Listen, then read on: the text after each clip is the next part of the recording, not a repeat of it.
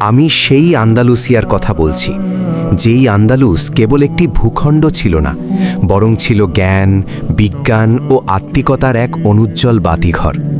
সুদীর্ঘ ৭৮২ বছরের মুসলিম শাসনামলে যেই জনপদ ইউরোপের অন্ধকার যুগে আলোর মশাল হয়ে জ্বলেছিল, আজও সেই প্রিয় কুর্তুবা আলহামরার রক্তিম রাজপ্রাসাদ মুসলিম সভ্যতার ধ্বজাধারী হয়ে দাঁড়িয়ে আছে। কিন্তু তাদের বুকে আজ শুধুই হাহাকার। রাস্তায় পাশে দাঁড়িয়ে থাকা আকাশ ছোঁয়া মিনারগুলো আজ খ্রিস্টানদের গির্জার ঘণ্টাঘর হিসেবে পরিচিত।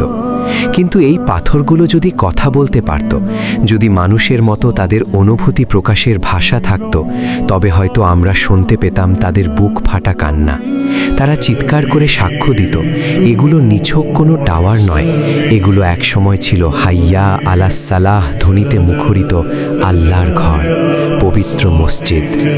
এককালে এই মাটির প্রতিটি ধূলিকণায় মিশেছিল সিজদার পবিত্রতা। গ্রানাডা থেকে সেভিয়া, টলেডো থেকে মালাগা, কত শত পুরুষান, আলেম, সুফি ও অলি আউলিয়া এখানে আল্লাহর প্রেমে চোখের পানি ফেলেছেন, তার ইয়ত্তা নেই। এখানকার বাতাসে আজও যেন মিশে আছে ইবনে রুশদ, ইবনে আরাবি কিংবা আল জাহরাবিদের মতো মনীষীদের জ্ঞানের ঘ্রাণ।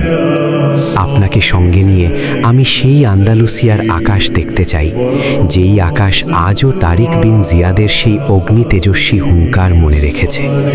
জাবাল আল তারিক আজও সেই বীর সেনাপতির স্মৃতিতে গর্বিত, যিনি তার সৈনিকদের বলেছিলেন, তোমাদের পেছনে সাগর, সামনে শত্রু, পালানোর কোনো পথ নেই।